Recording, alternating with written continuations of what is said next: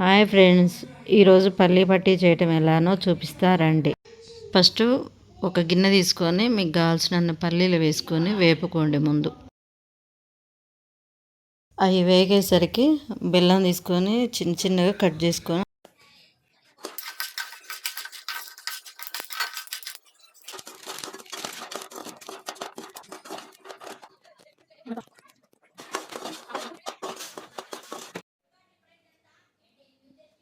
వేపుకున్న పల్లీల్ని చాట్లో పోసుకొని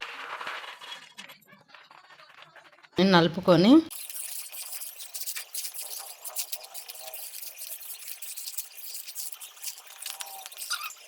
పొట్టు చెరిగి మళ్ళీ ఎమ్మటే ప్లేట్లో ఆ బెల్లం తీసుకొని పాకం పట్టుకోండి. పాకం తయారు చేసుకోండి. చిన్న గ్లాస్ తీసుకొని సగం నీళ్ళు తీసుకొని అందులో వేయండి. పాకం వచ్చిందాకా కలుపుతూనే ఉండండి.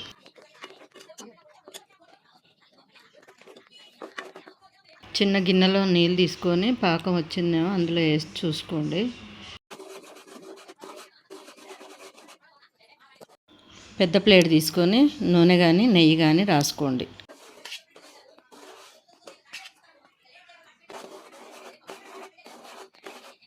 ఆ పాకంలోకి ఆ పల్లీలు వేసి కలిపి ఆ ప్లేట్ తీసుకొని ప్లేట్లో వేసుకోండి.